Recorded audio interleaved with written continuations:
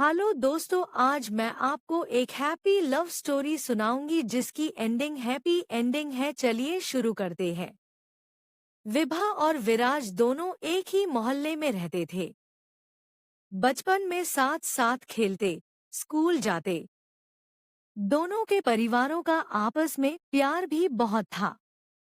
इसीलिए मेला देखने जाना हो, रामलीला देखनी हो या फिर कभी कभार सिनेमा जाना होता तो दोनों परिवार इकट्ठे ही जाते थे। विभा के परिवार में उसकी दादी को मिलाकर कुल 5 मेंबर थे।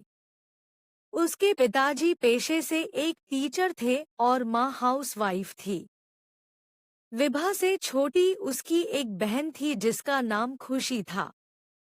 बहुत ही संस्कारी परिवार था। दादी सुबह शाम भजन कीर्तन कर परमात्मा का नाम जपती रहती।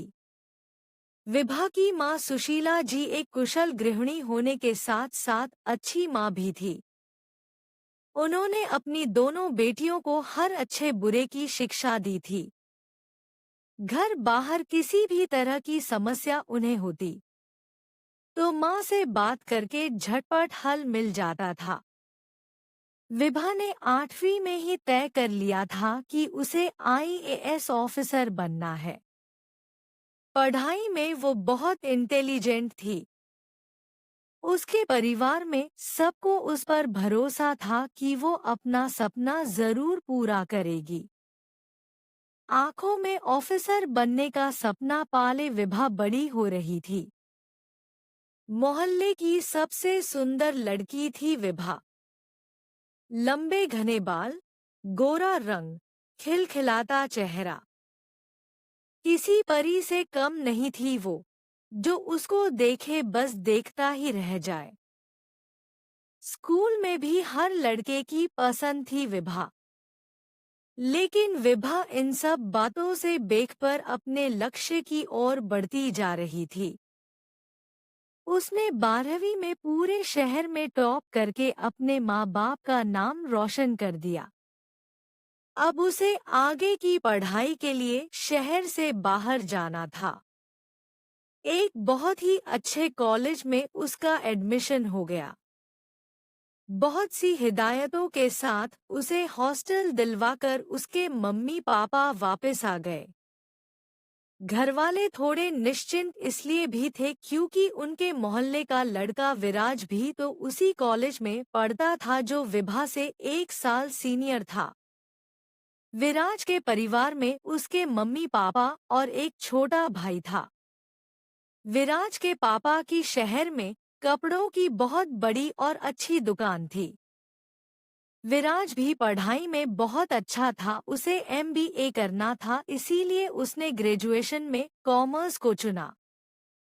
वहीं दूसरी तरफ विभा नॉन मेडिकल की स्टूडेंट थी। दोनों का कॉलेज एक ही था।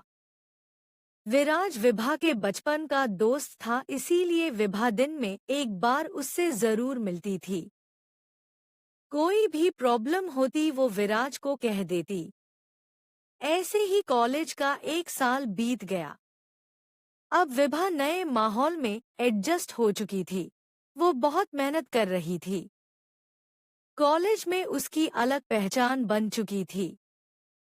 इसके कई कारण थे। पहला, एक तो वो बहुत ही सुंदर थी। एक उसकी सादगी और उसकी इंटेलिजेंसी के तो सभी कायल थे। हर कोई उससे दोस्ती करना चाहता था। हर टीचर की वो चहेती थी। अपनी माँ को जब ये सब बताती तो माँ को बड़ी खुशी होती। बहुत से लड़कों के ऑफर वो बड़े सलीके से मना कर चुकी थी। उसका ध्यान बस अपने सपने को पूरा करने पर था। इसी तरह 1 साल और बीत गया।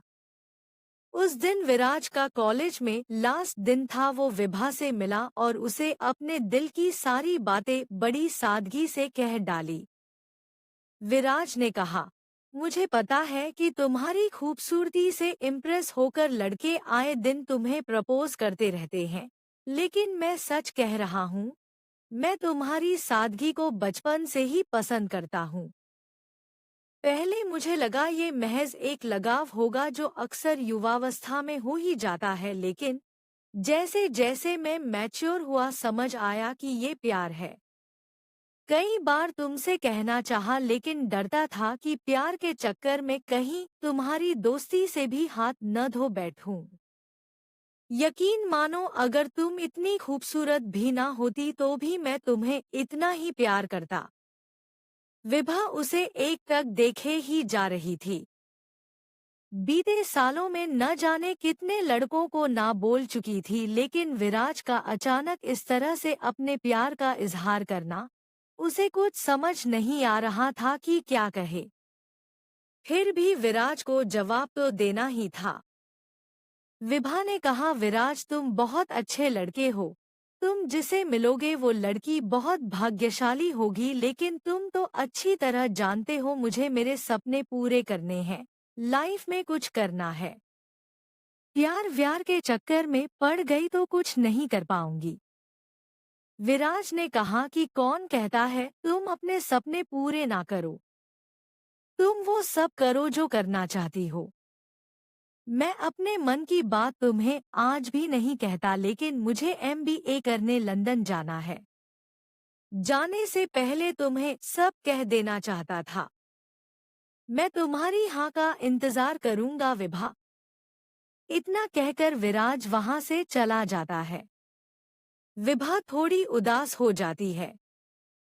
फिर सोचती है कि अगले हफ्ते घर जाऊंगी तो माँ को सब बता दूंगी। अगले हफ्ते विभा घर चली गई। अब की बार थोड़ी खोई खोई सी थी। माँ ने ये बात तुरंत भाप ली कि कोई तो बात है जो विभा बेचैन लग रही है। डिनर के बाद सब काम निपटाकर माँ बेटी छत पर चली गई।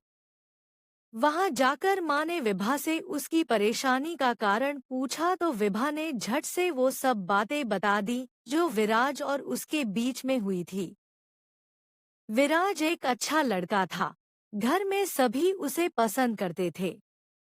उसकी माँ ने विभा को समझाया, अभी तुम अपनी पढ़ाई पर ध्यान दो, इसमें परेशान होने वाली कोई बात नहीं है। विराज अच्छा लड़का है, तुम दोनों सेटल हो जाओ, उसके बाद रिश्ता करने में कोई हर्ज नहीं है। देखा परखा लड़का है, परिवार भी अच्छा है। अपनी माँ को सब बताने के बाद उसके मन का बोझ हल्का हो गया। अपनी माँ को प्यार भरी झप्पी देकर वो सोने चली गई। कुछ दिनों बाद विभा को अगले सेशन के लिए कॉलेज जाना था। सारी तैयारियां करके उसके मम्मी पापा उसे हॉस्टल छोड़ने चले गए।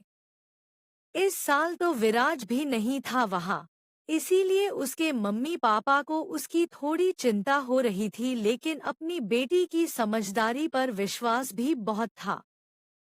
विभा को भी विराज के बिना अच्छा नहीं लग रहा था। उसने अपना पूरा ध्यान पढ़ाई पर लगा लिया, वो कोई कमी नहीं छोड़ना चाहती थी। कॉलेज का लास्ट ईयर था, वो पूरी तरह पढ़ाई में रम गई। एक दिन सोहेल नाम के लड़के की नज़र विभा पर पड़ी। वो उसकी खूबसूरती देखकर पागल हो गया। अगले ही दिन उसने विभा को प्रपोज कर दिया। विभा ने बड़े ही सलीके से उसे मना कर दिया। लेकिन अमीर घर का इकलौता साहिबजादा तो जिद पर अड़ गया कि उसे तो विभा किसी भी कीमत पर चाहिए। वो हर रोज उसे परेशान करने लगा। विभा बहुत तंग हो गई थी उसकी हरकतों से। वो परेशान रहने लगी थी। इसका असर उसकी पढ़ाई पर भी पड़ रहा था। सोहेल उसे किसी भी कीमत पर पाना चाहता था। जब वो नहीं मानी तो उसने विभा के चेहरे पर एसिड फिंकवा दिया। इस हादसे के बाद विभा की जिंदगी बदल गई। उसने जीने की उम्मीद छोड़ दी। हमेशा हंसती रहने वाली विभा की आंखों से आंसू नहीं सूखते थे। उसके परिवार से उसकी हालत देखी नहीं जाती थी। 2 साल बीत गए लेकिन विभा तो जैसे पत्थर बन गई थी। उसका आत्मविश्वास खो चुका था। अपने आप को शीशे में देखने से डरती थी। इन्हीं सबके बीच विराज का आना हुआ। जब उसे विभा की हालत का पता चला तो उससे मिलने चला आया। विभा की ऐसी दुर्गति देखकर वो अंदर तक हिल गया। उसने अपने आप को बड़ी मुश्किल से संभाला। विराज बिल्कुल नॉर्मल होकर पहले की तरह बातचीत की और अगले ही दिन अपने मम्मी पापा के साथ विभा के साथ शादी का प्रस्ताव लेकर विभा के घर आ गया। विभा के परिवार वाले उनकी अच्छाई से अभिभूत हो गए। विभा ने विराज से अकेले में बात करने की इच्छा जताई। विभा ने विराज से कहा कि तुम क्यों अपनी जिंदगी बर्बाद कर रहे हो? तुम्हें तो एक से एक लड़की मिल जाएगी। विराज, तुम्हें मुझसे सहानुभूति है, तुम इसीलिए मुझसे शादी कर रहे हो ना? विराज ने कहा, हाँ मानता हूँ कि एक से बढ़कर एक लड़की मिल जाएगी, लेकिन तुम हो विभा। मैंने तुम्हें चाहा है, केवल तुम्हें। मैं तुम्हें आज भी उतना ही प्यार करता हूँ जितना पहले करता था, और तुमने जो सपना देखा था वो तुम अब भी पूरा कर सकती हो। मैं तुम्हारे साथ हूँ। विभा की आंखों से आंसू बहने लगे। वो विराज के गले लगकर खूब रोई। रोते रोते कह रही थी, मैं दुनिया की सबसे खुशनसीब लड़की हूँ जो तुम जैसा हम सफर मिला। यही तो सच्चा प्रेम होता है, जो परिस्थितियां बदलने पर भी ना बदले, जो रंग रूप नहीं केवल मन देखे। आखिर में उन दोनों की शादी हो गई और इसी के साथ हमारी यह हैप्पी लव स्टोरी यहीं पर खत्म होती है। तो दोस्तों, आपको कैसी लगी यह स्टोरी हमें कमेंट करके ज़रूर बताइए। मिलते हैं अगली कहानी में, तब तक के लिए धन्यवाद।